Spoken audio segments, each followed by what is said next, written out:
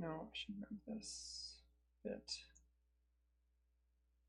And I should get to scooch this over a bit.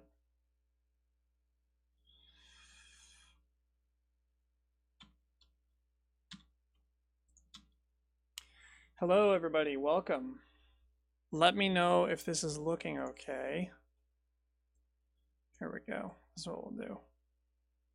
Yeah, there we go. All right. So let me see. Let me let people know I'm live.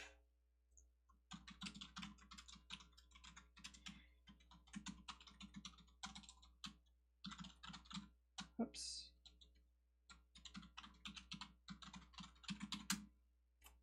Okay, just getting warmed up, and then I will formally start. Let's see. Looks like I'm live. Hey, Plum, how's it going?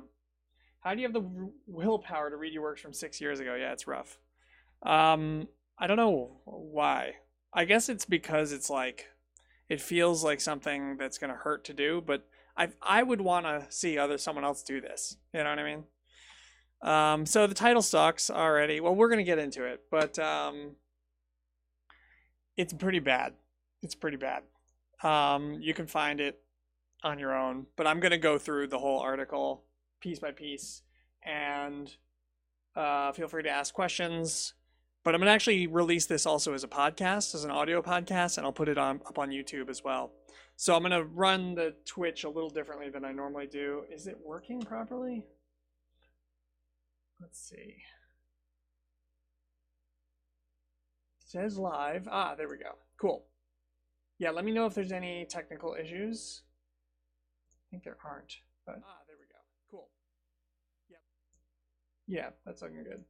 Okay. All right, so I'm gonna do the whole podcast thing.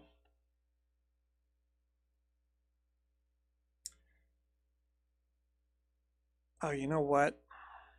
No, that's fine. Hello and welcome to the Clockwork Game Design Podcast. I'm your host, Keith Burgun. The audio may sound a little bit different in this episode because I'm actually going to do this episode as a live podcast, a live Twitch stream, and a podcast and a YouTube video all at once. And I'll release them all on those 3 different formats. So I guess two formats and 1 live format.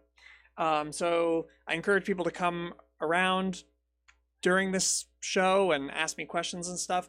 The main thing we're going to be doing is going through this article that I wrote in 2012 called What Makes a Game? And I'm going to be just like kind of reading it and responding to it. So I wrote this article in March of 2012. So it's over 6 years old. And this was near the beginning-ish of my serious games writing career, I guess. And there's a lot. What's interesting about the article is it's not that I think I was like directly wrong about anything. It's just that the framing for everything was wrong. And the writing was kind of bad. So I'm going to have a little bit of fun poking fun at my own writing, and also in the meanwhile giving some advice. If anyone wants to write, I've learned a few lessons about good writing and bad writing, and maybe I can be of use to you. So yeah, we're going to get into this article. This is on Gamasutra. This was back when it was a featured article, and it was back when Gamasutra used to actually pay for articles. So I actually got paid to write this, and I got paid to write about 10 articles from Gamasutra, and it was like, it was a nice little side gig for a while there, and then they stopped, and now anything that's on Gamasutra is all just basically people just write things for free. It's just basically a blog website, which I'm sure that's just how it had to be. At the time, I remember when they switched over, that would probably have been like 2013, 2014.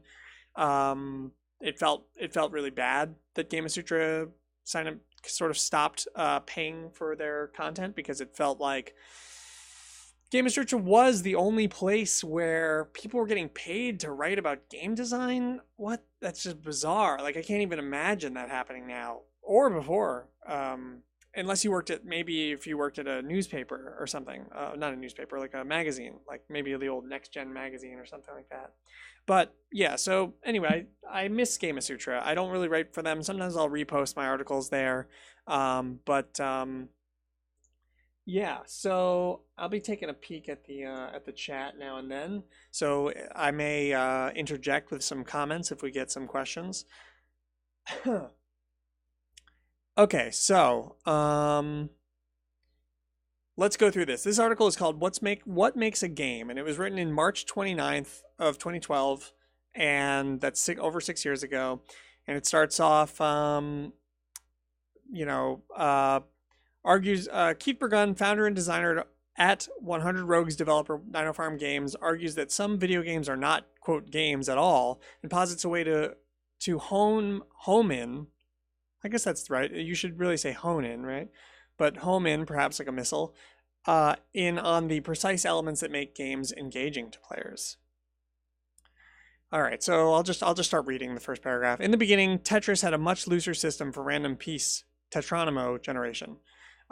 This means, actually, there's already a grammatical error. It's a very minor one, but you're not supposed to put spaces on either side of a parenthetical, just on the latter side. So it shouldn't be piece space tetronomo in parentheses. It should be piece open parentheses. This is too granular. I shouldn't get this granular with that stuff, but it's like, it's a little something. All right, so in the beginning, Tetris had a much looser system for random piece generation. This meant that when you were playing, I'm going to zoom this in a little bit, you could not be sure of how long it would be until your next line piece would come. This made the decision to save up for a Tetris or cash in now a lot more ambiguous. Okay, so first writing note, real quick, there's no context given for this. This is too in media res, I feel like. I wouldn't just dive into this. This sounds like something that should be in like a body paragraph somewhere, not like right out of the gate. This is page 1, isn't it? There's 4 pages of this thing. Okay, so anyway, that's just a side note. But sure, okay. Between the new 7-bag system of piece generation, which puts all 7 pieces into a bag and draws them out one at a time, guaranteeing that you'll get a line piece once every 14 pieces at the latest. Latest is kind of a weird word choice there. The hold box and usually 5 or 6 next boxes, modern Tetris is largely a matter of execution. So I do agree with that. That's true. Maybe you love what Tetris has become and think that these changes are purely positive. That's fine, but I think that we can all agree that something has been lost. And so this is, I think, in terms of a bunch of claims, this is like fine. I do think that modern Tetris is largely execution focused. It's interesting that I was complaining about the what I would now call uniform randomness, but I mean the thing is Tetris is so simple that the randomness is kind of all it's got going for it. You know what I mean? When you uniform the randomness so much that this choice right here, which I correctly I think identified, save up for a Tetris or cash in now, basically it's like in Tetris, you're building up like these stacks, and then you're getting these line pieces, and sometimes there are choices that you have to make between, do I kind of play more defensively or do I play more investingly? So sometimes you want to maybe just get a triple or something just to kind of cool off the board. And so that was in fact a big decision that was in Tetris, and then once everything was so uniform, so that you were guaranteed a line piece very, very frequently, that really reduced that sort of. It's kind of a gambly decision, but it's still like a decision. Okay, so anyway, this is fine. The concept of games. Now here's where we get into real. This is funny because this little story is supposed to be the context. This is a writing note again. This is supposed to be the context for this article, but this should be a lot longer I think, because this doesn't really set it up, and then we get right into this theory stuff, and so that's just a little bit awkward, I think. Okay, I propose that games are a specific thing. What I mean, that shouldn't probably be its own paragraph. It's too Chuck Palahniuk, blow your mind. Whoa, a specific thing. What I mean by that is that I think there is a unique concept that I can only call game, and this is something different from the large blanket term we use in the digital game world. We video gamers call everything from digital puzzles, interactive fiction, simulators, to even digital crafting tools games or video games. And, I mean, Well, the problem is, yeah, like for this sentence right here, and I do clarify, but we video gamers call everything from digital puzzles, all this stuff, games, and that's kind of the end of the story about the word game. I mean, how people use a word is what it means. However, I do clarify that I'm being prescriptive.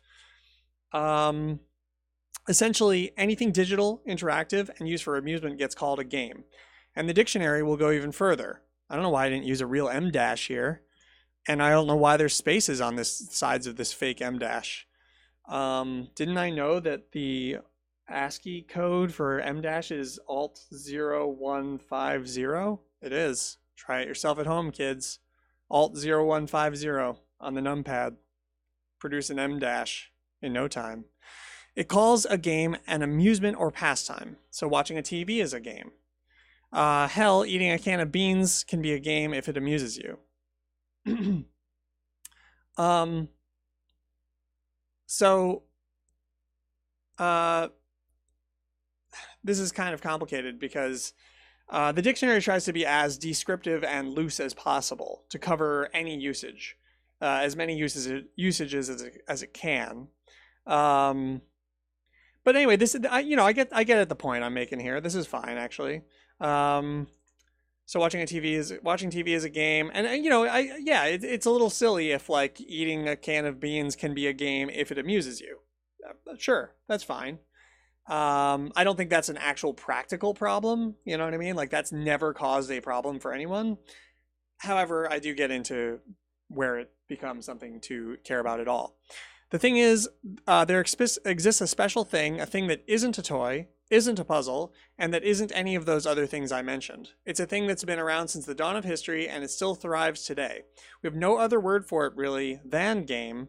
So for the purposes of this article, that's the language I'll be using. To refer to the larger category of all digital interactive entertainment, I'll use the term video game. Which is like, yeah, this is central to my whole thing. And by the way, this was, I believe this came out about 3 months before my first book.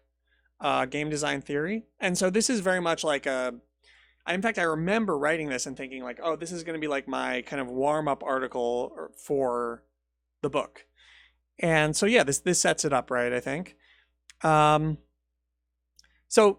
the idea is that like my contest of decision making, there's no word for it really. So let's use the word game for it. Of course, that was extremely controversial. I think I always understood why it was controversial. And this is like the bigger thing that I want to get into. I always understood why it was controversial. I understood part of why it was controversial, not entirely. Anyway, we'll get back into that in a bit. To refer to the larger category of all digital interactive entertainment, I'll use the term video game. I define this thing, a game, as a system of rules in which agents compete by making ambiguous decisions. I later dropped ambiguous because if they're decisions, they're inherently, I feel like decision, you don't need to say ambiguous, but that's fine. I also simplified this in the book, I think, to contest of decision making, which is basically just a more clear way of, or concise way of saying that. Note that agents don't have to both be human. One is often the system, as in a single player game, but the ambiguous decisions part is really crucial, and here would argue that it's the single most important aspect in a game. Okay, this is a prescriptive philosophy, a way to look at games that you may not have before. Man, I was all about these fake M dashes. They're all over the place. So here's a writing tip: don't use a lot of M dashes, or semicolons. Especially not semicolons. I'm glad I always had the good sense not to use semicolons, which is good, or not overuse them anyway. My rule for semicolons is if you use more than one every 2 pages, or maybe 3 pages, that's too many. You can do everything you need to do without using semicolons. Okay. Oh, here's a semicolon, by the way. Here it's coming. Let's see if I followed my own prescription. In other words, of course, there are video games. I prefer to adopt the mobile gaming term apps. Well, this is kind of weird because I just said we'll use the video game term. But yeah, no, I agree with that, sort of. Well, I mean, now, so I should just clarify real quick that I have no problem, and I never had a problem.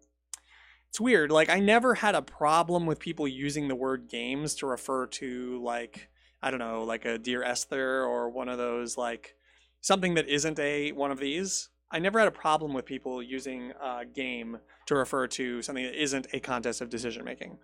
But now I will freely use the word game, actually mostly in the colloquial sense, not so much in the prescriptive sense, except for in very specialized contexts, which is where that's where I designed this system to be used. I never wanted this to be, and that's sort of part of the problem with this article. And by the way, we can see the comments. There's actually 127 comments or something.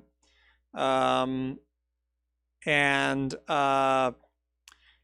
so that's the other funny thing about this, is that like people cared so much more. 121 comments. People cared so much more about this conversation when I was being like kind of a jerk. And I guess there could be a number of reasons for that, but yeah, we can go through some of the comments. That'd be interesting to do too. Okay, so let's see. I'm here to argue. Let's go back a little bit. In other words, of course, there are video games. I prefer to adopt the mobile gaming term apps that are puzzles that have elements of games, and there are games that have elements of simulators. I'm here to argue that because of this blurring of the word game and its inherent qualities, we are somewhat inadvertently losing this meaningful, ambiguous kind of decision, particularly in the area of single-player digital games. So yeah, I mean, this is very central to my whole critique about video games, and especially my first book, which is that, I mean, I still think that we don't really know what we're doing exactly. I still think that, 10, 20, 30 years from now, we'll have a much better grasp on how to design good systems that don't sort of fight themselves and don't kind of step on their own toes. So I'm still interested in that project also. So I don't know. I think so far this is actually fine. The only problem is that I'm not making clear enough. Like I say the prescriptive thing, but I don't think that's enough, actually. I think that I really probably just should never have used the word game. I mean, this is something people have been saying forever, is that I just shouldn't have used the word game for that type of system that I'm trying to refer to. And I think that's true. It's just, it's fine. It works fine in like small enclaves of game design conversation, but it's just, it causes too much confusion. It's not really. It could be much more useful if I used a different term.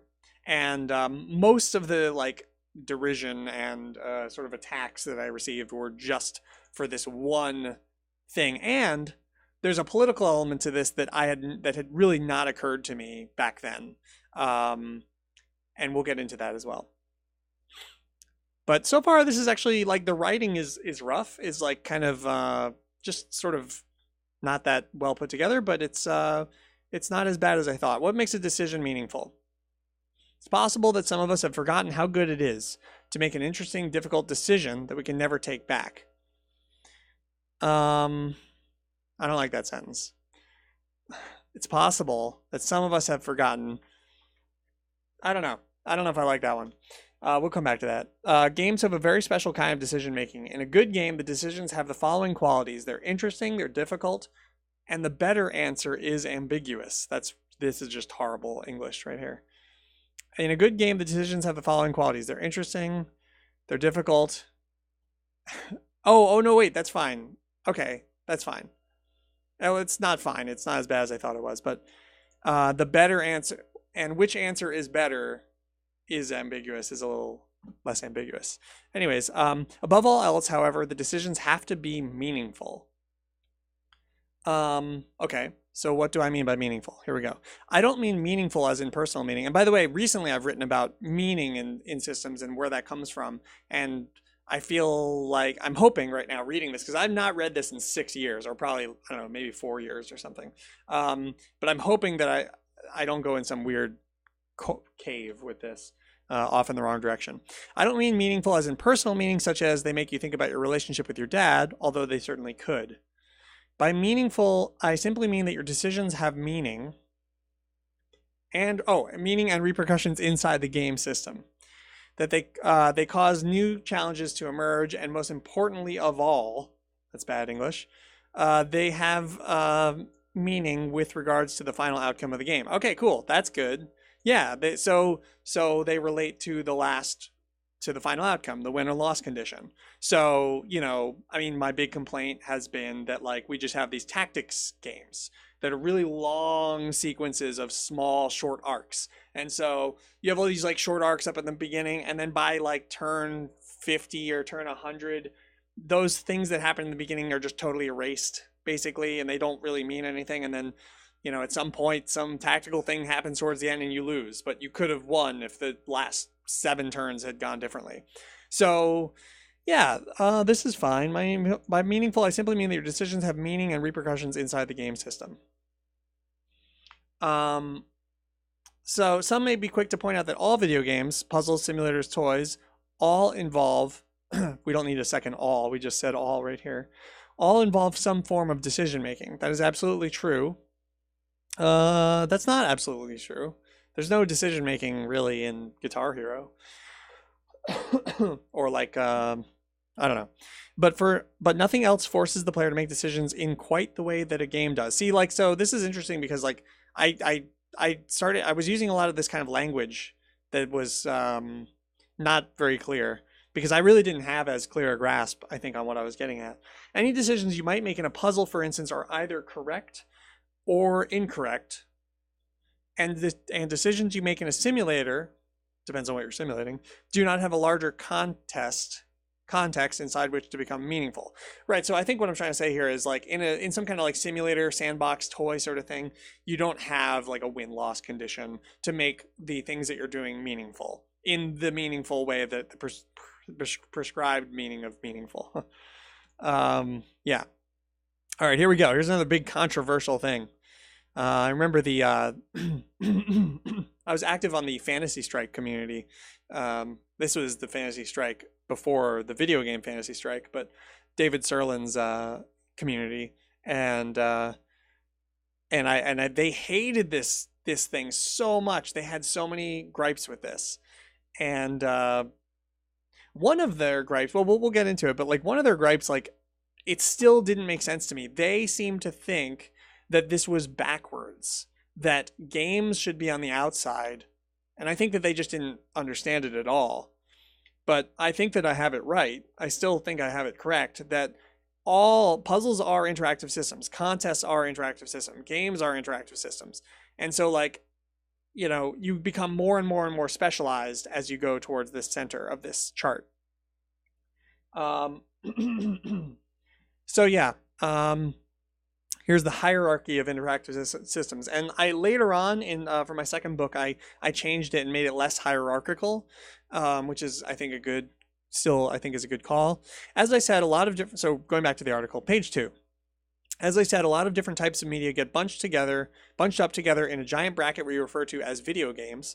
But as I also said, I think we all know that games are also, oh my God, this English. Okay. This is like kind of a run-on. As I said, a lot of different types of media get bunched up together in a giant bracket we refer to as video games. That should be a period there. But as I also said, I think we all know that games are also their own unique thing when it comes to any non-digital fields. Okay, this argument, I remember this. Pardon me.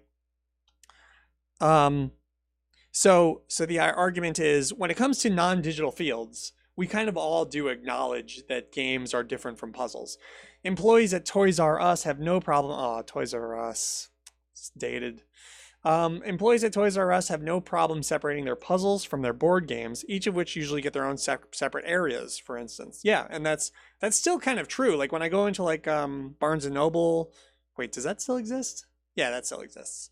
When I go into like a bookstore or a toy store and they sell board games, it is true that the puzzles will be separated from the board games, especially like really puzzly puzzles.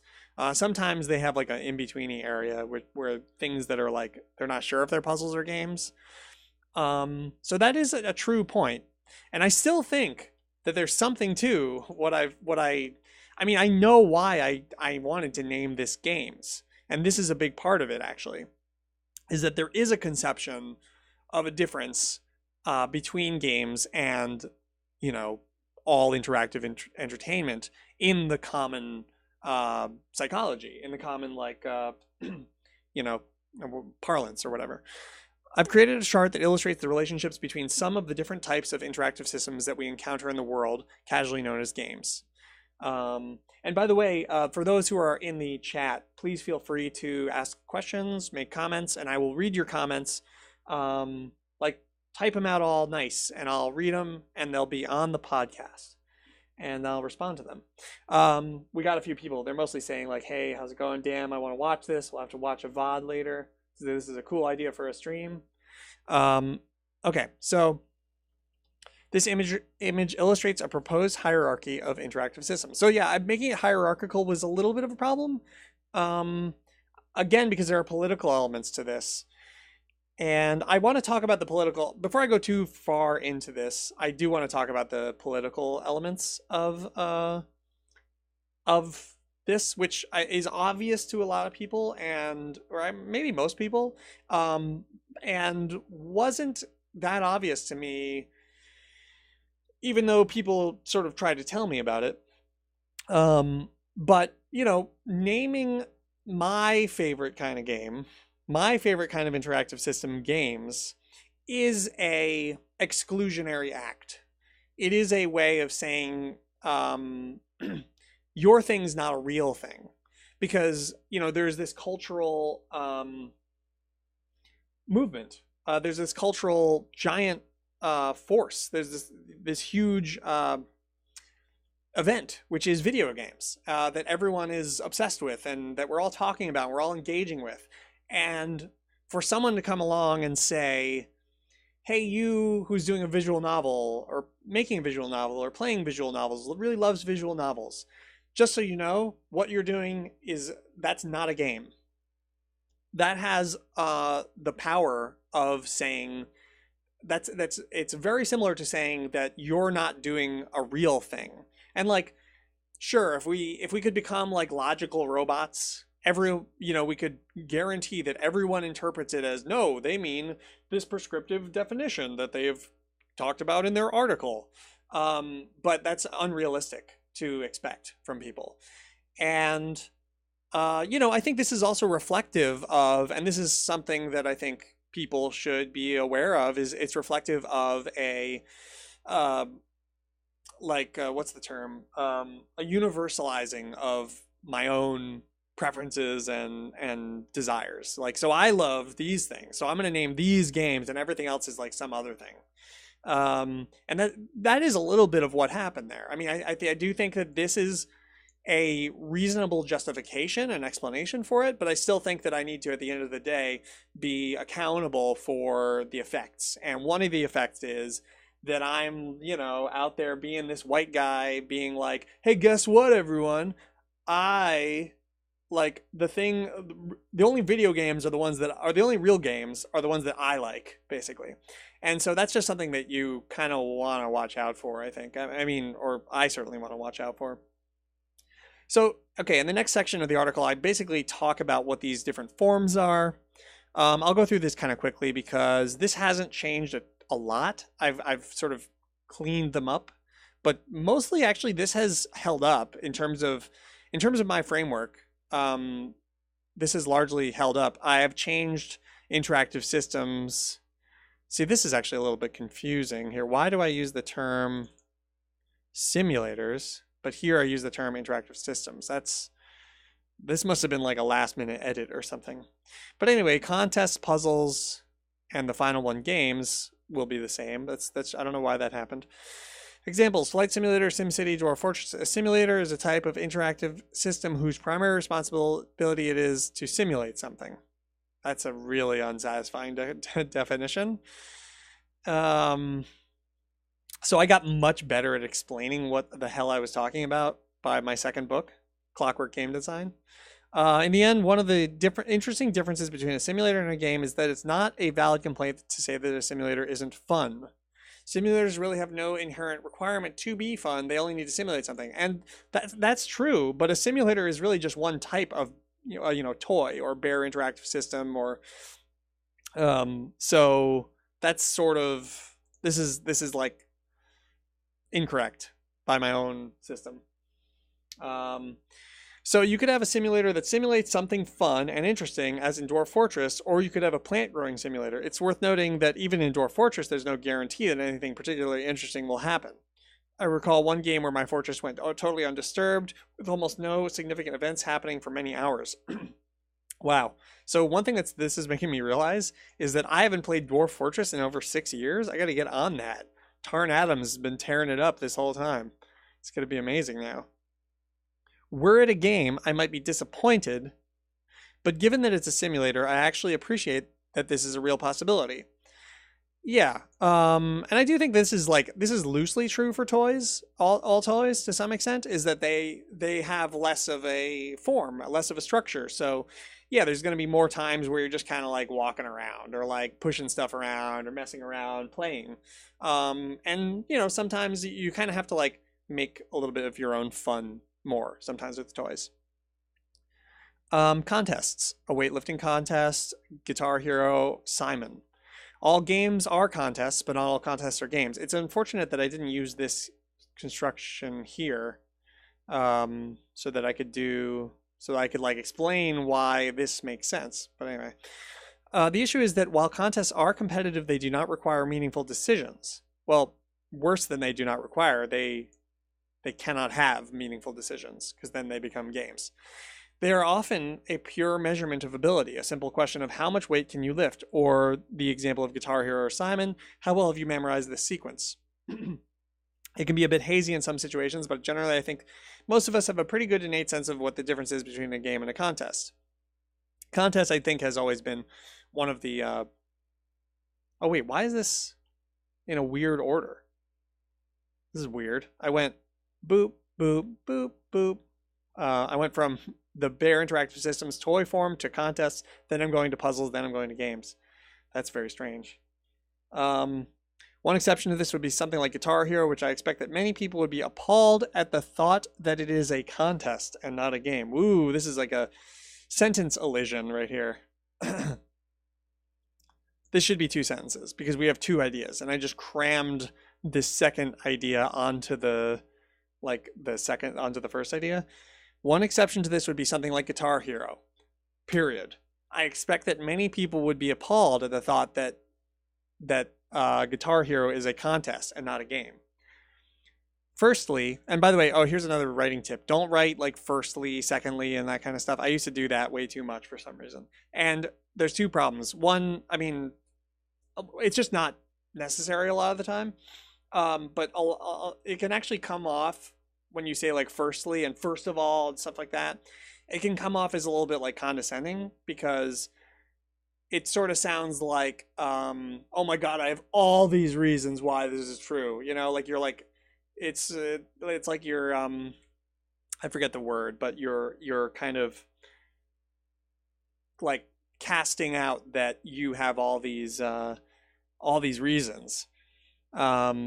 Firstly, you should know that calling something not a game is not a value judgment. This is perfect. You should know.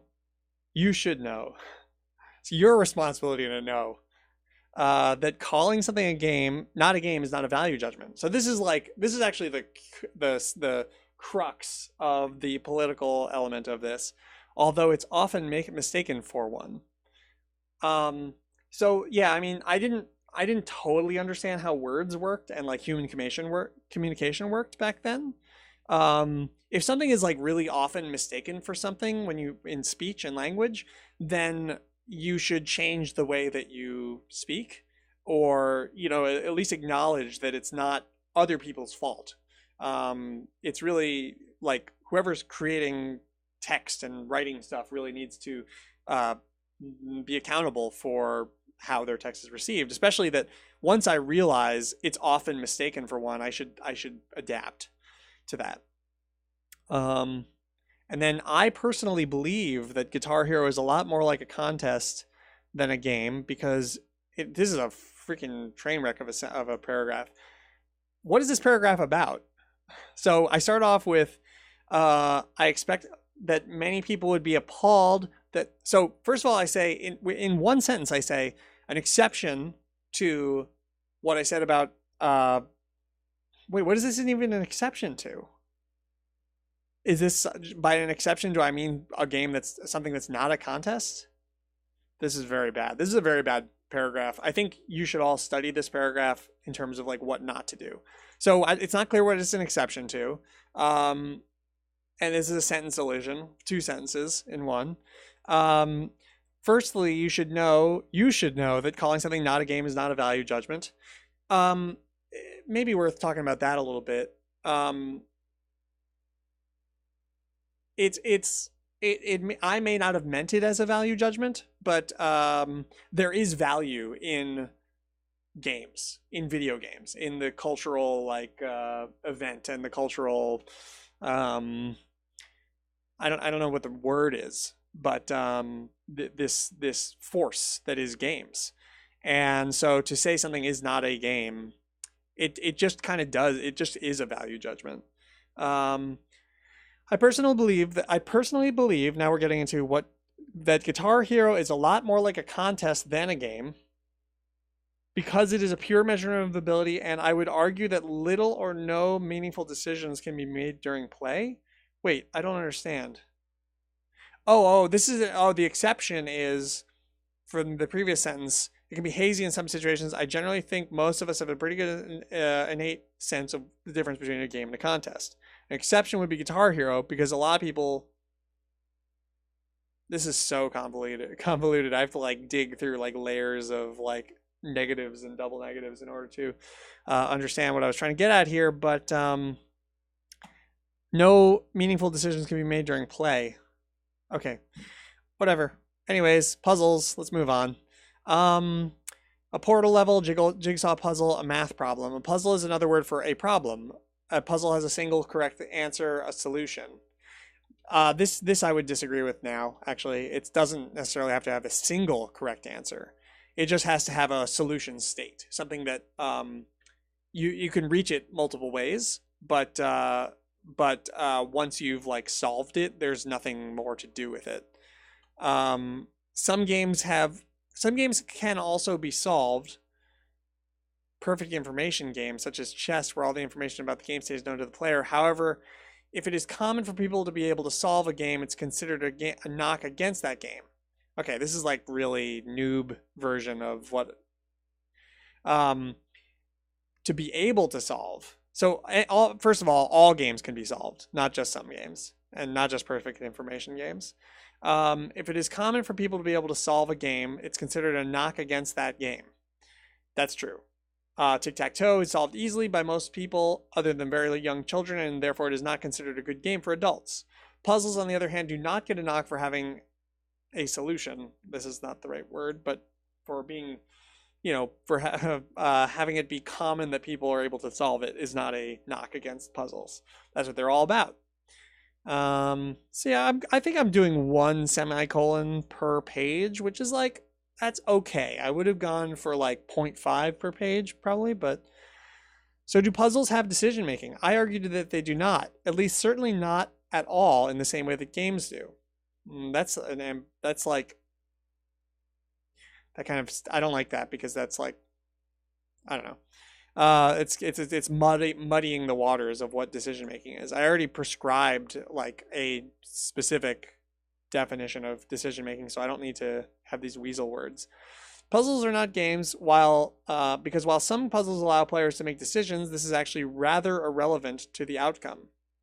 All that matters for a puzzle is whether or not the player gave the correct answer. Yes. It's worth noting, though, real quick, that in practice, this is not true. Like in theory, this is true, but in practice, all that matters for a puzzle is not just whether or not the player gave the correct answer, because a lot of participating in a puzzle is the act of solving it. So, and not solving it. Like trying to solve it and failing is part of playing with the puzzle. I guess what I meant there with all that matters is with regards to like the goal of the puzzle. So I guess this is still true. I hope you have a good summary at the end that focuses. Batlad has a comment. I hope you have a good summary at the end that focuses on the core theory of the article and how your ideas have changed. I've been, yeah, I will. I'll definitely summarize. Yeah, I will. If a math problem asks 4 plus 6, if you say 10, oh, no. Can't do that. You have solved that puzzle. This should be if, should be and. And also asks 4 plus 6 is like weird English. What you did along the way changes nothing about the outcome. So while you can make decisions while attempting to find the solution, these decisions are actually irrelevant to the puzzle. In games, decisions that are made by the player have effects that change the state of the game and the outcome of the game. So in games, a player's decisions really matter in a way that they don't in puzzles, and this is the way that I draw the line between games and puzzles. The line between games and puzzles? What the hell? Why? Did I get like really confused while I was writing this article? Because there's a whole form between games and puzzles. This might have been, you know what might have happened here? This might have been like 6 months before I wrote my book or something. And maybe I did have it the other way, that it was like toys, contests, puzzles, games. I don't remember that. And then maybe at the last minute I like edited in this, because this is from my book. So I don't know. That's very confusing though. I wish I could delete this off the internet, by the way. If I could delete this article off the internet, I'd be doing it. Because the reason I'm doing this, by the way, is I got an email from a college professor who was like, hey, I love your work. And yeah, I want to actually, No More Birds made a really good comment. But let me finish my statement and I'll read his comment. A college professor emailed me and said, hey, I love your work, and I just used your What Makes a Game article in my class to talk about interactive forums or something. And I was like, oh, no. So that's a shame that this is, because I've written like versions of this article that are much newer and much better. And not to mention my book, like, anyways. So yes, No More Bird asks, I'm not sure I would say your decisions don't matter while solving a puzzle. Well, by my prescriptive definition, there aren't decisions. I think. Maybe? I don't know. But I would also say just one comment on your question. And this is a big philosophical difference that I have between now and then, is that now I would say that all the like doofing around in the puzzle, like clicking around and moving around and that kind of stuff, like that is all valid interaction that like means something and matters, and like everything matters about it. I sort of used to have this like only the MIDI notes matter, and that's a music reference. In music, I would be that way as well. I'm a composer, and I did not give a crap at all about production or performance or sonic, like the sound, texture, timbre, anything like that. And that's why I really like chiptunes a lot, is because chiptunes, I mean, actually you do have a lot of control over those things, but a lot less so. It's a lot more about just the MIDI information, the on-off notes, when, basically the sheet music. And I was just totally into that, and I was totally focused on that for music, totally focused on that for games. And I think that, I mean, looking back, like, I think that's good. I think someone should do that. The issue was just that I didn't realize how close I was looking. I kind of thought that my face was like up against the page, and I sort of thought I was seeing everything when I was really just seeing the small part. And so that's like the big, if you wanted that big kind of one of the big summaries. That's one of them. And then the other one, which relates to that, is the understanding the politics and just sort of the interpersonal aspects of talking about games and game design. Make this a little bit bigger so you guys can see it good. See how it looks. Yeah, it looks good. Except now my face is covering everything up. There we go. Okay. So let's see. We got some comments. I think since puzzles are unbounded, it doesn't matter. Oh, this is Batlad. I think since puzzles are unbounded, it doesn't matter what order you process things in, since eventually you'll solve it. Eventually, assuming you don't give up first. Right. Yeah, it doesn't matter from like an interactive merit sort of systems perspective. Whereas in a game, you have to take a somewhat optimal path to win. Zerark77 says, I actually have an idea about the game puzzle dichotomy, but I'll share it in the Discord later. Cool. And yeah, I recommend everyone who's listening to this come pop by the Discord sometime if you like, and we can chat. Okay, enemies of the decision. This is page 3 of 4. Let's see, how long is page 4? Let's take a look. Oh, it's pretty long. Ooh, desktop dungeons. I remember that. Okay, enemies of the decision. As I see it, we've got 3 major issues that are most guilty of threatening the meaningful decision in games. These are also examples of problems which could naturally be avoided if game designers adopted my philosophy for games. This is like, I don't think this is false.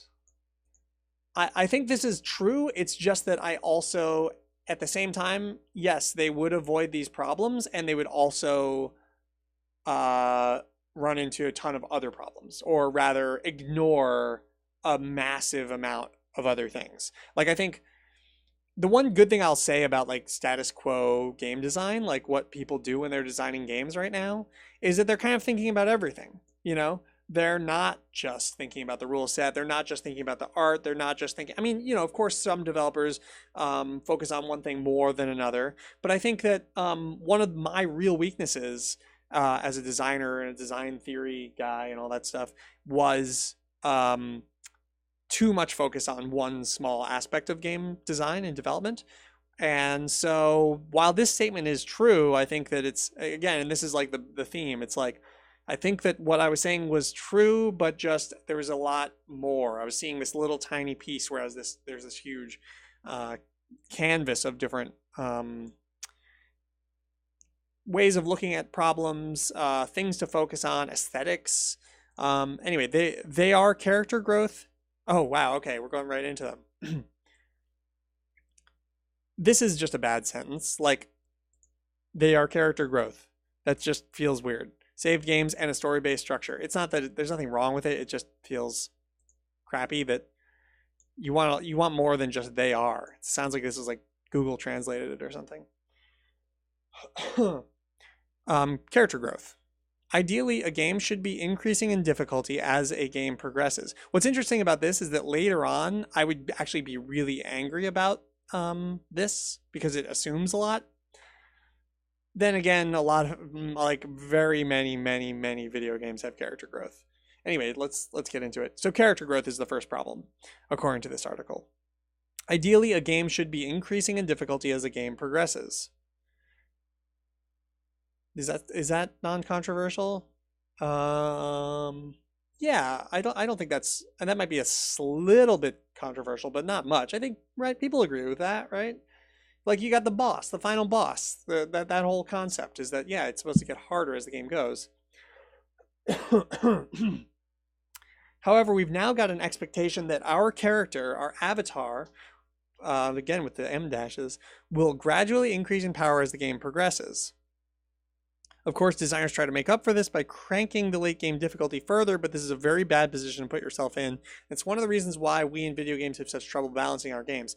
So, in case if you haven't been following, you know, the development of Escape the Omnochronom, I totally disagree with this. Now, this is just like, this is actually, it's funny. I was thinking that bigger things would be wrong, but this is a small thing that's just totally wrong, because character growth is just power growth. And in fact, I don't know if there is a strategy game that doesn't have something that's basically the same as character growth.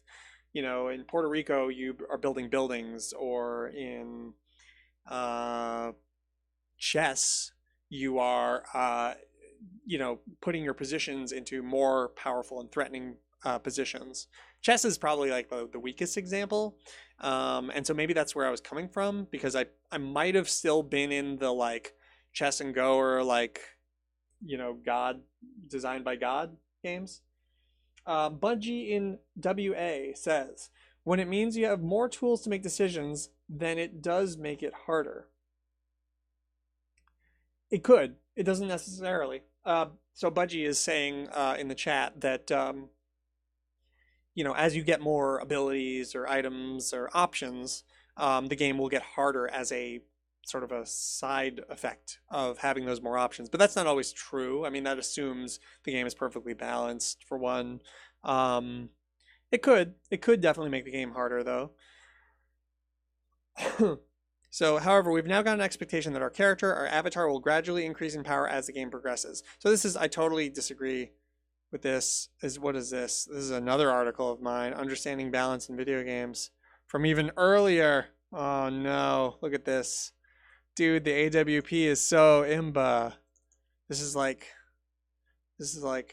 dangerously little kid territory. Okay, we're not going to look at that one.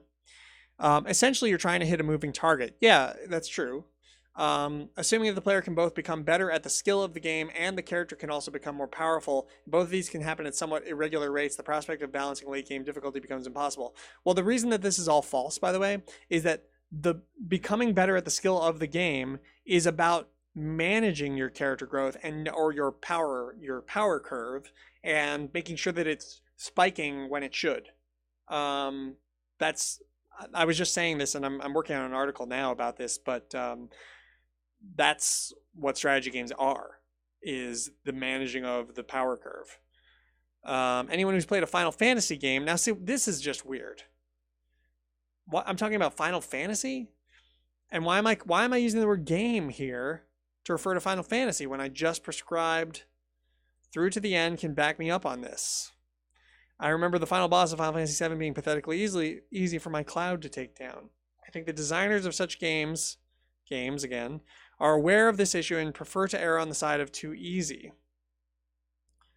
I mean, that's true, but Final Fantasy is like the furthest thing from what the kind of systems that I'm talking about. Although I guess here I'm talking about,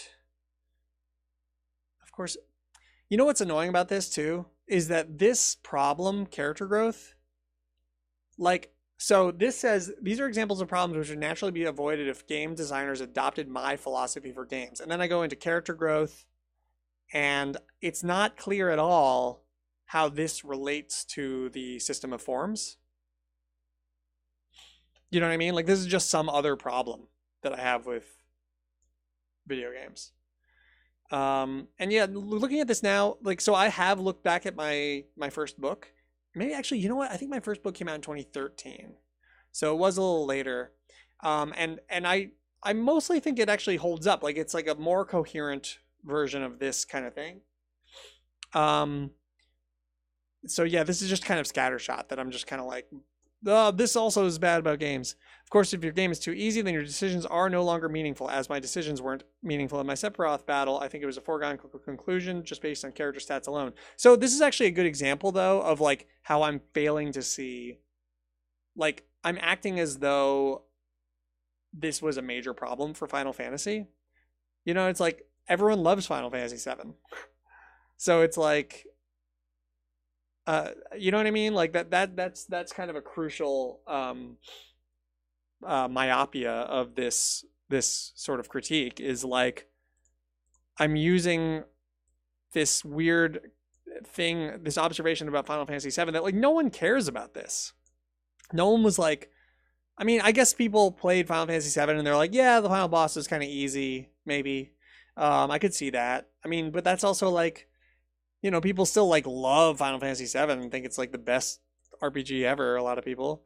I guess you could say it's despite that quality, but I really just don't think this is like a major issue. This would be like problem number like 93 on my list of problems with Final Fantasy VII. Anyways, of course, if your game is too easy, I already said this. Okay. I think it was a foregone conclusion just based on character stats alone. Yeah, so like if Final Fantasy VII was a strategy game, then that would be a problem, but it's not. So I don't know. I guess see, this is another thing that I'm doing is I'm applying the values of strategy games to all kinds of things that are not strategy games. And this once again shows the sort of universalization of my preferences. So it's not just that I'm saying, oh yeah, there are these other things and they also can be great in their own way. And I'm saying like everything has to be games.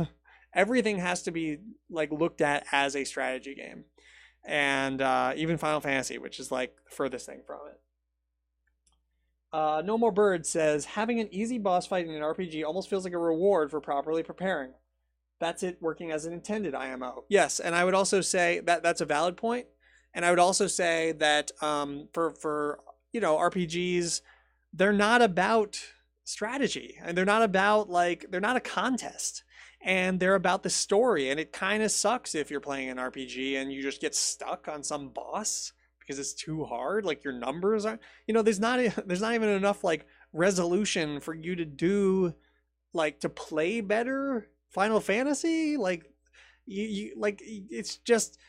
So the whole, but it's really revealing actually about how I wanted, it was like this colonial kind of thing where I was like trying to colonize. And I think people picked up on that. Some people were really upset with me, and they tried to express it in ways that I was totally not receptive to at the time.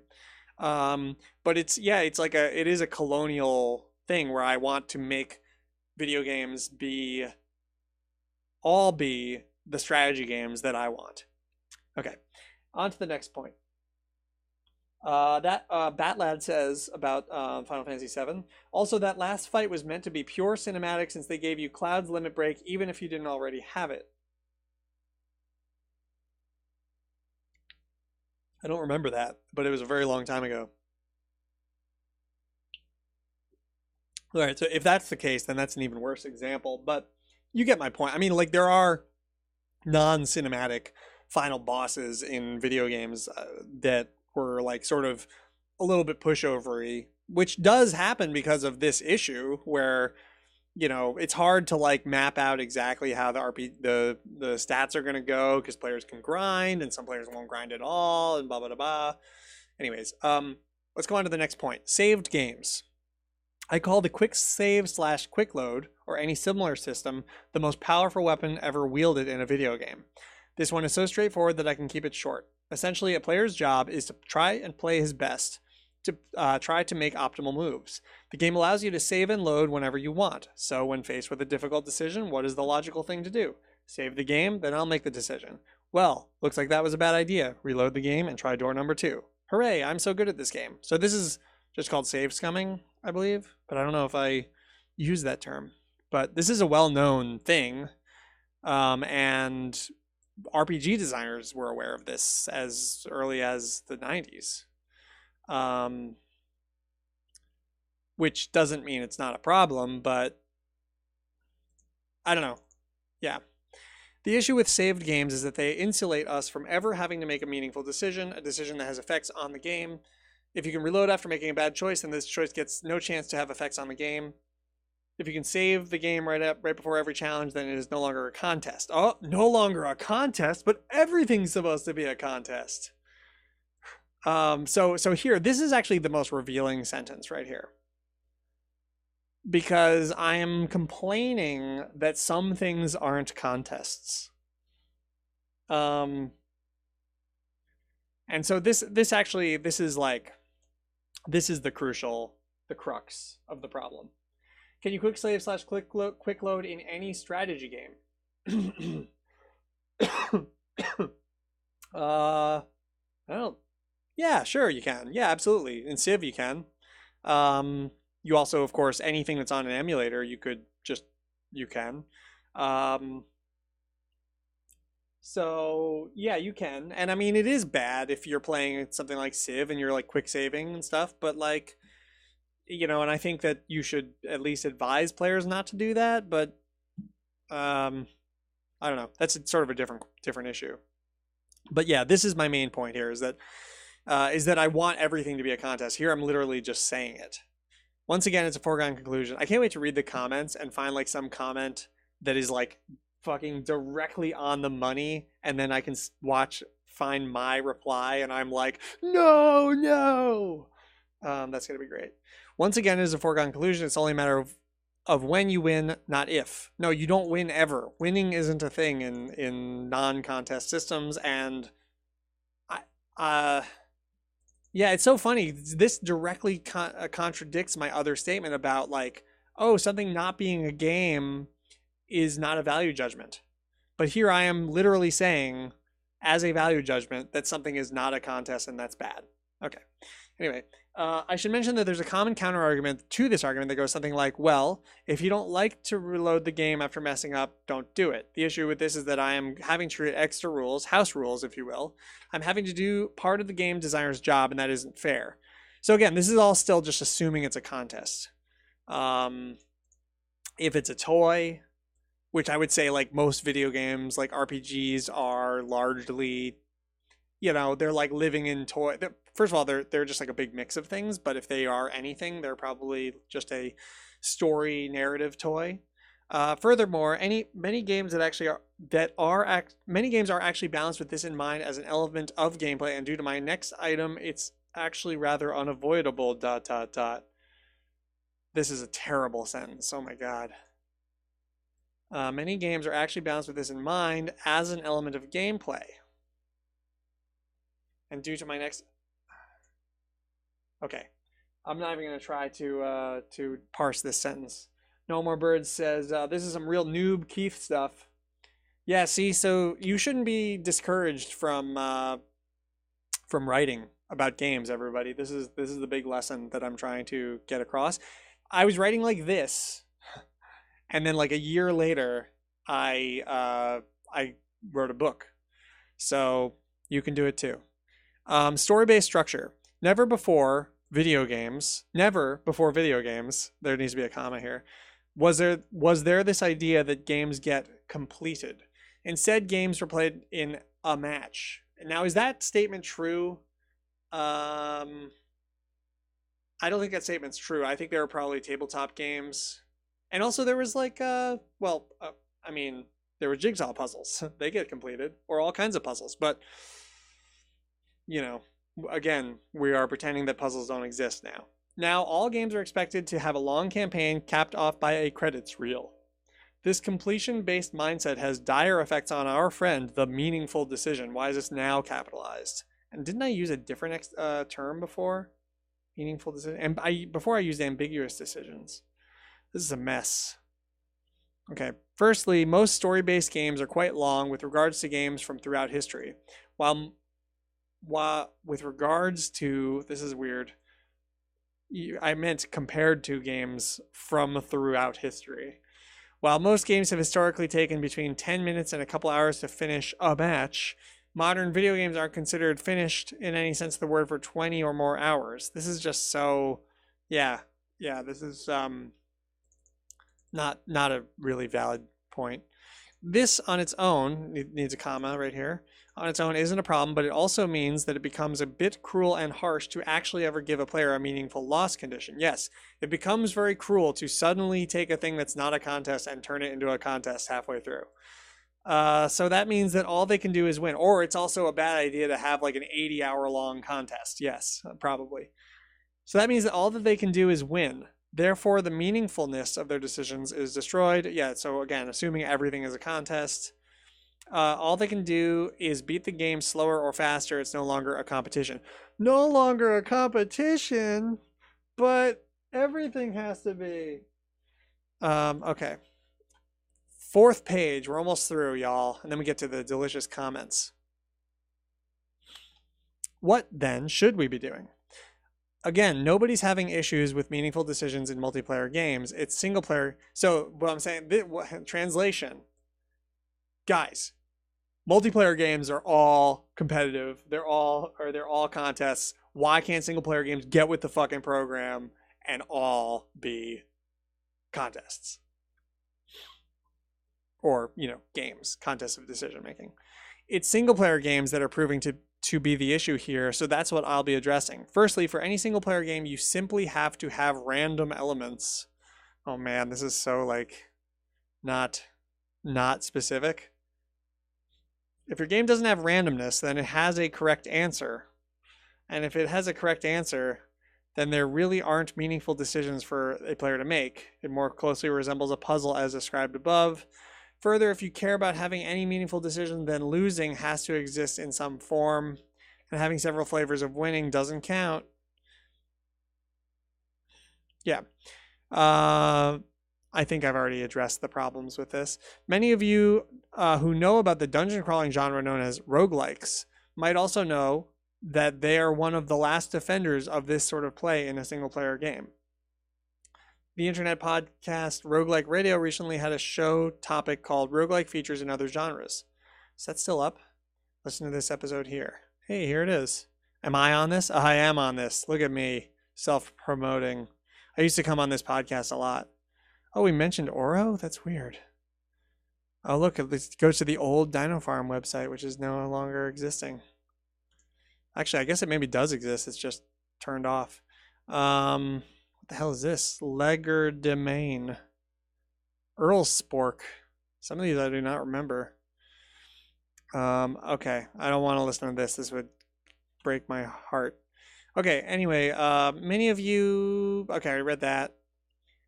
Okay, so I linked to the Roguelike Radio. I was a guest on this episode. Oh, okay. Full disclosure.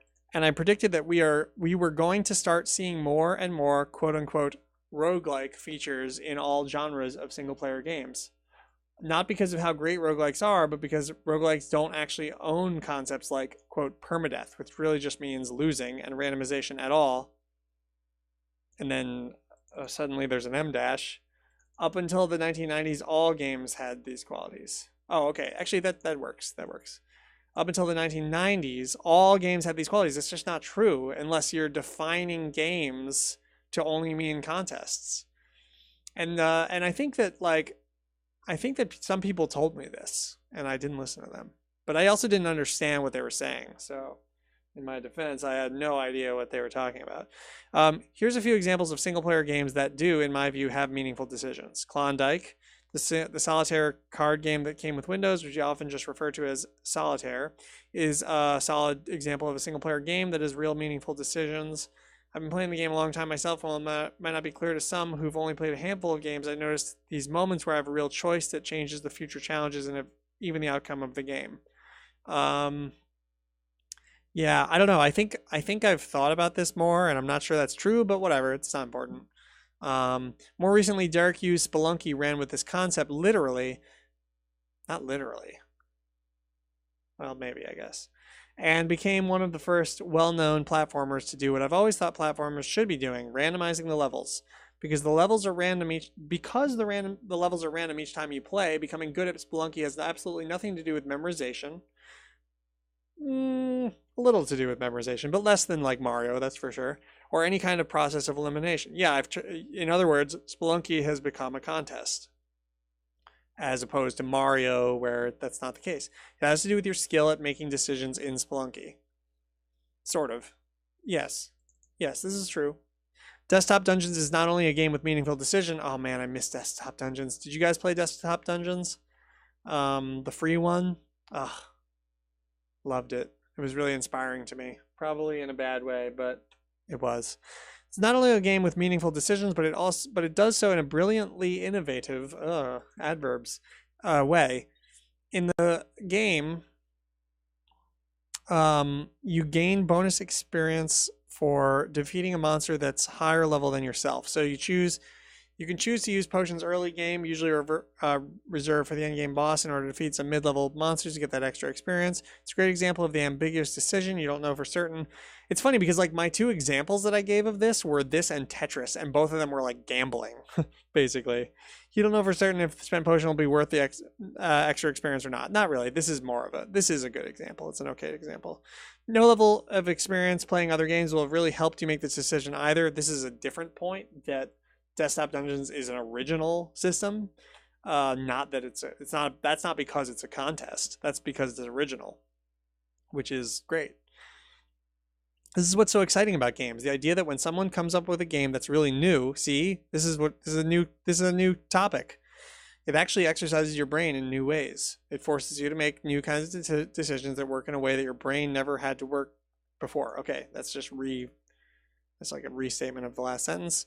If we can agree that meaningful decisions are important, then we can focus our games down on offering as many interesting decisions. Yeah, so here's the thing.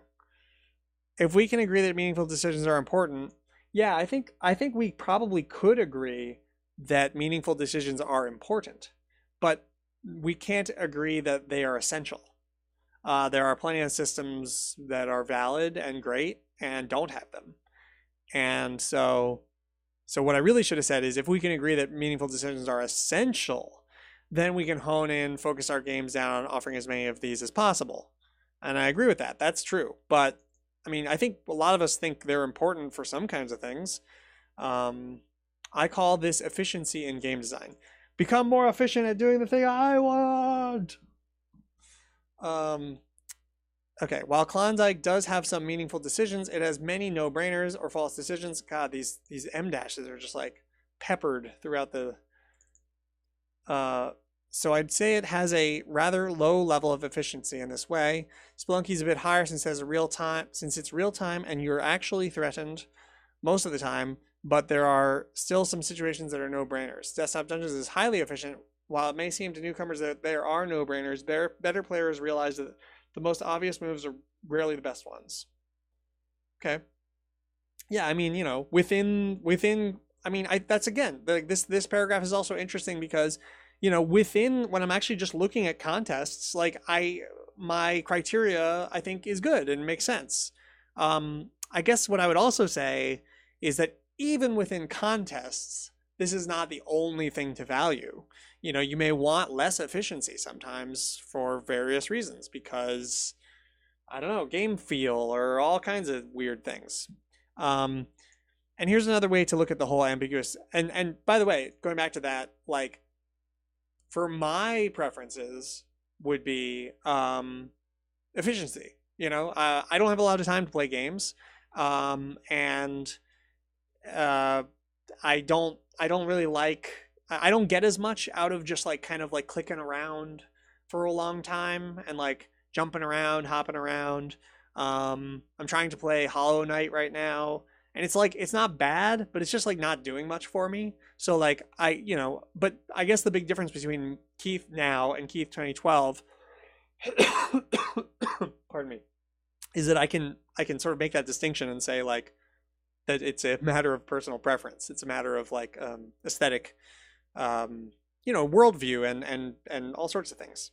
Your lifestyle. Like, a lot of people have more free time than I do. There's all kinds of like actual practical things that go into like, what is it that you personally want to play? And here's another way to look at the whole ambiguous decision thing. This is what makes games special and interesting. Even when you won, there was always room for you to have won by more. This is like caveman language. And you're not sure how. Wow. God, this sentence needs to be rewritten like 3 more times. In contests, you always know how. Hit the moles even faster when they appear next time. There's no ambiguity about what you should be doing. In puzzles, if it's solved, it's solved. There may be different ways to solve the puzzle, but all solutions are equal. And so what I'm doing here is I'm talking about the advantage that the game form has over contests and puzzles, and that's true, I think, but I'm not talking about the advantages that contests have over games, and that puzzles have over games, and that puzzles have over contests, and all that kind of stuff. Let's see. Hopenegger says, wow, Keith praised the game for being real time. A lot has changed since 2012. Did I? That must be later. No More Bird says, you got to embrace being a sad bug to enjoy Hollow Knight, Keith. Oh, I love bugs, and I love the bug theme. But that's the thing, like, the theme of stuff. And I mean, we've talked about this, No More Birds, that like the dark aesthetics really appeal to you, and they don't really appeal to me, which is also part of why I haven't really played Dark Souls that much, and why I want to play The Witcher 3 because it's been recommended to me on a mechanical level, but the theme is just so unappealing to me. And Keith referenced the idea that you could have won by more. Oh yeah. You probably would agree more with 2012 Keith. I don't think 2012 Keith had yet figured out the problems with high score because I'm not sure, but I don't think I had because I was just like super into roguelikes at this point. Um, anyway, the feeling of I wonder how I could improve is what's so magical and amazing about games.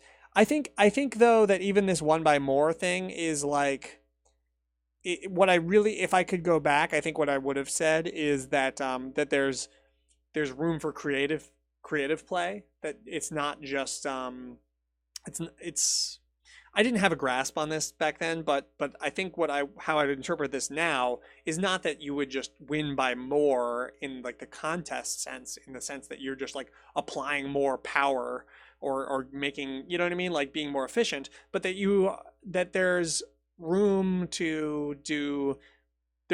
You won, but there was other ways to win, maybe infinite other ways to win or something.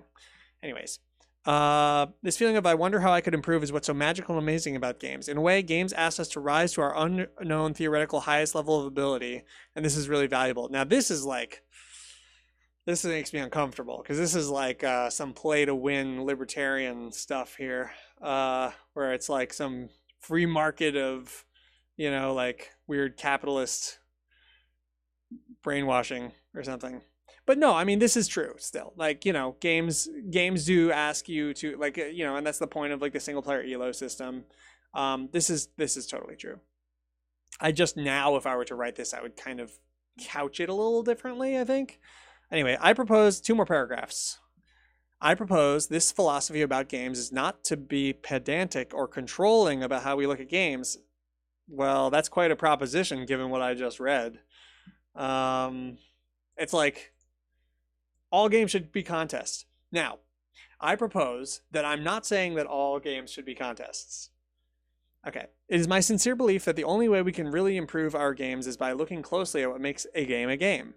I don't see many people really doing this. Instead, I see a lot of people simply echoing safe but conversationally useless. Okay, I guess useless to the conversation. Ideas like games are different things to different people. It's funny because like that's the thing that I mean, I can see why that sort of bothered me, and I don't know, but this is totally true. Again, I propose, stop proposing things, that we remember that there is a thing called game. What do you mean remember? That's like, you mean from like 3 pages ago? That there's a thing called game, and even if you don't agree with my ideas, I hope that you do pursue your own truth. Your own truth! Games are different things to different people! What the hell about what games are, so that you can focus your games into the most efficient. Oh, okay, right. This is funny. So I hope you do your own thing so that when you become a guitar player just like me, son, you'll be the best guitar player ever. So that's why I want you to do whatever you want to do. You can do anything. And I just know that that'll allow you to become the best guitar player, son. That's kind of like what I'm doing here. Fun games they can possibly be. To quote the author Robert McKee in his book Story, oh no. We need a rediscovery of the underlying tenets of our art, the guiding principles that liberate talent. Yeah. Anyways, what am I looking at here? Okay, so let's look at some comments. So first of all, do we have any comments in the chat? Let's see. Hopenegger says, the praise for real time was when you mentioned Spelunky. You said Spelunky was higher efficiency than Klondike because it was real time. I said that? I'm searching. Real time. Since it's real time and you're actually threatened most of the time, but there are still some situations that are no-brainers. It's like you were actually threatened most of the time. I don't know. Yeah, I did say that, but I didn't like back it up at all. And I don't think I believed it either. I think I just meant like, I don't know what the fuck I meant, to be honest with you. I don't even think it is higher. I think Spelunky, I think probably, I don't know, whatever. Okay, so let's get into the comments here. Because thinking back, I just don't think I was ever like real time is better than turn based, like probably ever. I mean, I did play a lot of real time games, but that's just because like the best competitive games were all happen to be real time. Okay, actually, I'd say that a character growth is a great source of decisions in many games. For example, the Civilization game is almost entirely about choosing how to grow your character in this game. Yes, exactly. Yeah, there you go. Right. I'm talking about the specific kind of character growth where you just get better at everything. And Civ does do that. Yeah, it has the kind of thing. And it's kind of a problem there too. Sort of. And, Civ is not a pure contest. That's the other thing. Is that, and so, judged as a strategy game, Civ does kind of have this problem. I really like this article. Is this comment too long? It's kind of a long comment. Let's get one that I responded to. And this guy liked the comment. Let's not read any comments that liked my article. Wow, these are not as bad as I thought. I thought there would be a lot of people like super hating. Okay, here we go. I don't mind limitations on my work. They improve creativity. I'm looking in the comments for a comment that says what I would want to say to myself from 6 years ago. Okay, I don't mind limitations on my work. This is from Dan Felder on April of 2012. April 1st. Oh, it's an April Fool's comment. I don't mind limitations on work. They improve creativity, but trying to beat down rules about what a game is makes me yawn similarly to people who argue about the difference between high art and low art or the difference between realism and absurdism. Definitely agree about this, and that's exactly what it is. It's like this colonial, imperial, it's like the creative or media imperialism. These are actually very big differences, unlike many of the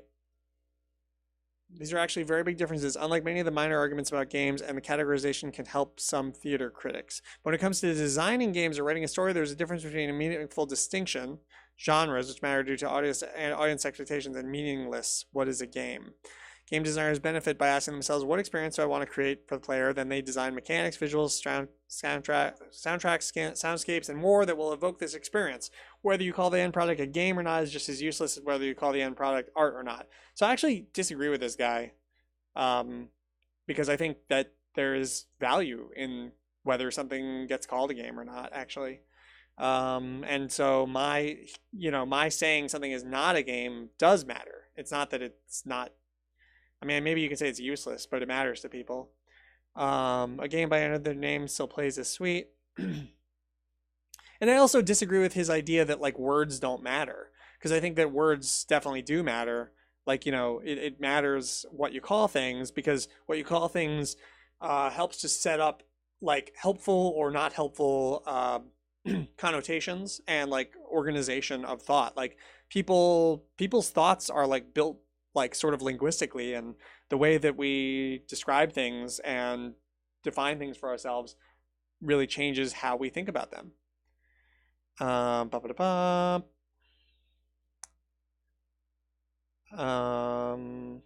I commented, we have a term for mammal, but we also have a term for dog. We also have a term for German Shepherd. In the world of interactive entertainment, we just have games. There's no word to refer to the type of game as I have defined it. This is true, and this does need to change, I think. I mean, we do need better words. I mean, I think that people generally agree about that sentiment.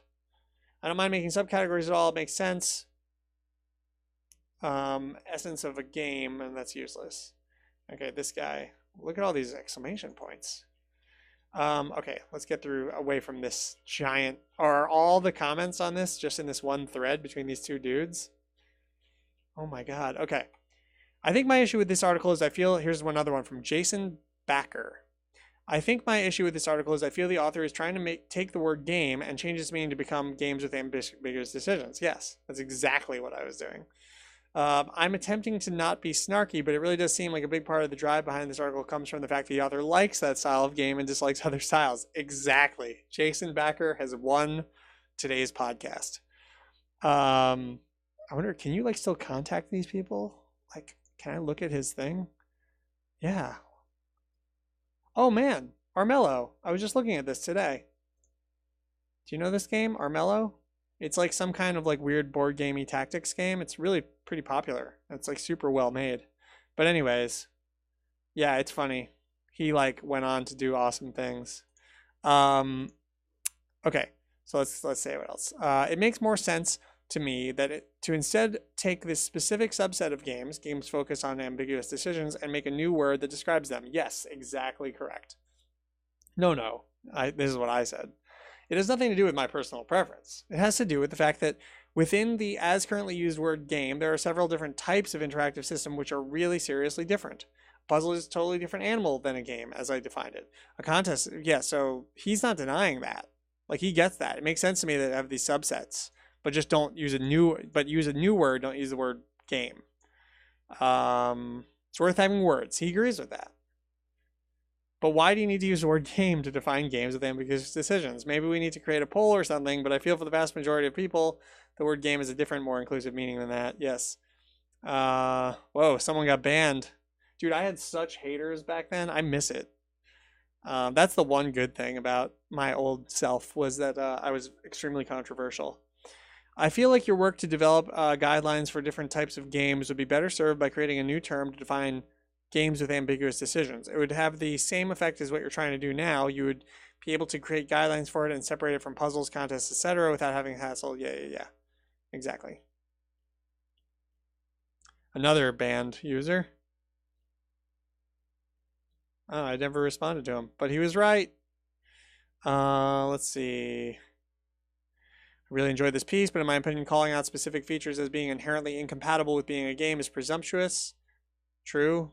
I would prefer to look at these cases as particularly difficult design challenges if you intend to build a game according to this definition.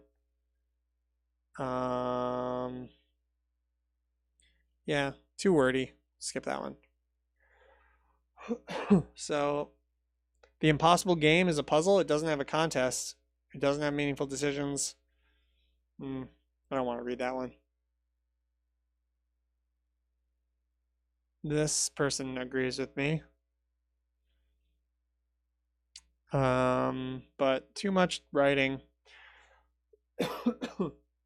I would presume by your definition that Super Mario would be classified more in the region of a contest. And this was also before I really hard realized that that these forms are not for classifying games. Like, I realized it, but I would tolerate too much of people asking questions like this. Whereas now I realize that's just don't do it. There's vocabulary and there's semantics. Let's see what this one. Mark Venturelli says. When people argue that, oh, I like this other definition of game because it fits all the things that we usually call games, if that definition doesn't help us design games, it's not vocabulary, it's semantics. Vocabulary, especially in design, means we are building tools. Definition in this sense have no place on their own. Definitions in this sense have no place on their own. It is useless to discuss the meaning of game in a vacuum because, much like it is useless to talk about a game mechanic by itself. Both these things can only be used as tools when taken into the context of a system. It's not how you define game, it's what you define game for. Yeah, I mean, I agree with this. So, anyways, I think that probably will roughly wrap up what we're doing here, unless people in the chat have any questions or comments or anything. No More Bird says that he wanted to play Armello. Yeah, I was just looking into it because the next Dinofarm game might be like a sort of XCOM-like, and it came up under turn-based strategy. It's not an XCOM-like, as far as I can tell, Armello, but it's something. So before I wrap up, I guess I can just give my video game update. I've been playing a few video games. I've been going, the space in my life between when I play video games has just gotten longer and longer and longer over time. So before last week or 2 weeks ago, I probably didn't play a video game for a month. And it's just so much time goes by when I just don't play video games, because it's every time I have that I could possibly play a video game with, I'm well, I could just work on my game. And that's way better. It's way more fun. It's way more satisfying. I feel like I'm accomplishing something.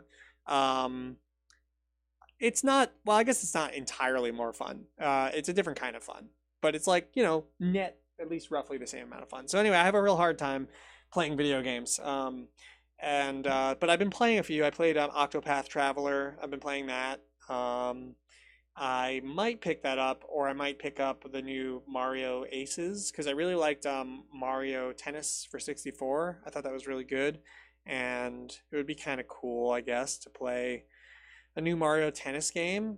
Octopath Traveler is a very functional, like 90s era style JRPG with some innovations that are like they're cool, but it's like actually also really shocking how JRPG it is, how generic it is. What else did I play? I'm on and off playing a little bit of, very little bit of what's it called?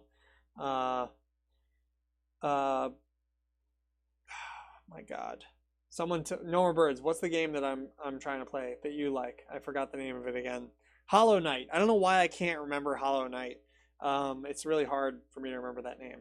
But it's like a Metroidvania, and it's like the me of like 3 years ago would like not have touched it with like a 12-foot pole, but now I'm like trying to fight through it and like get into the aesthetics of it and the feel of it, but also mainly the most important thing is like get the like Skinner box hooks in there and like let that happen a little bit. So Batlad has a comment on your Patreon update about Batlad says, I had a comment on your Patreon update about why you think ETO is focusing more on a single lane. Oh, let's see if we can see that. Boop, boop, boop, boop, boop, boop, boop, boop, boop, boop, boop, boop, boop. Do. Can I see my updates here? Oh yeah, posts. All right, here we go. Here it is. So, by the way, this is actually a cool thing to show too. Next ETO patch thoughts. Zoom in. There we go. Patrons and friends, I wanted to write up a big list. I could go through this. How long have I been doing this for? Boop, boop, boop, boop, boop. Let's see what I can't tell. I think it's been over an hour and change. I should probably wrap up. I have a new Escape the Omnochronom patch that I'm going to be doing soon, and 0.7. And there's some like big design problems that it's been having. The side lanes are all dumb. They don't make sense. The treasure chests economy has never made sense. No one has ever understood how my Guardian system worked. It just was never clear. A bunch of different problems, and I have a bunch of suggested fixes for it to that I think should be a good. It's like it's their conservative things that I can do without like recoding a giant chunk of the game. So let's see. The focus on a single lane. This is a comment from Batlad. The focus on a single lane seems a little odd to me, given the similar level importance of all lanes in team-based games in this genre. Do you think having a single avatar is kind of limiting the amount of lanes a player can focus on, so you're redirecting towards a single lane? Yeah, my first thought here was like, let's just redirect towards a single lane and just have there be these two like sub lanes that just that are just pushing in at you. Perhaps two equally important lanes would be an alternative option, perhaps, but I think this should work. Or is the decision about which lane to push out just not that strategically interesting? That's the thing. That's it. The decision about which lane to push out, it didn't work out the way I intended, or it hasn't so far. Part of it was that I expected that zones would impact that more than they have. Part of that was the pushness of lanes to be, I expected it to be more fixed, like slower moving. Why do you think your game is focused on one lane? Basically, I'm just trying to shrink the scope a little bit. I'm trying to get like an economy that works. I'm trying to make the game work, basically. And so I'm trying to like shrink down the scope a little bit. Now there's one lane that you really have to push, and there's two lanes, two small like sub lanes that you just defend, basically. And so that there is no longer really a question of like when, which lane do you push. The question now is, and actually it really makes sense, because now it's like the question is just push or not.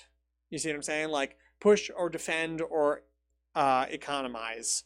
And the new forest is going to be like the thing for I'm getting rid of that wall that's below the spawn point, which actually I think that's going to be kind of big.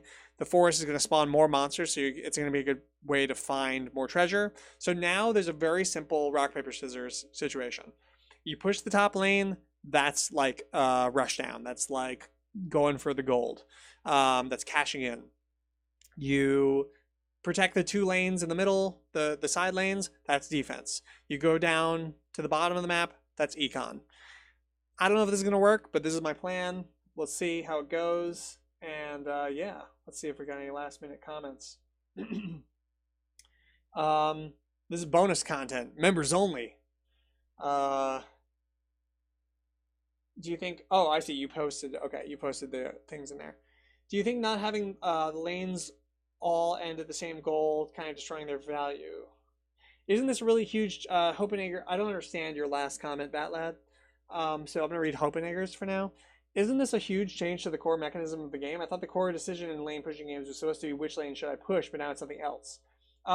It's always been about the core mechanism has been pushing lanes. So what I've changed it, and I think actually it's always been do you push, do you try to win, do you defend, or do you like econ, right? Like, do you rush down, do you defense, do you econ? That's always been like there. It's just that I've changed what the expressions of those 3 things. So now, like I just said, going to the top lane is like rush down is trying to win. Defending the 2 side lanes is defense, and getting money down in the forest is econ.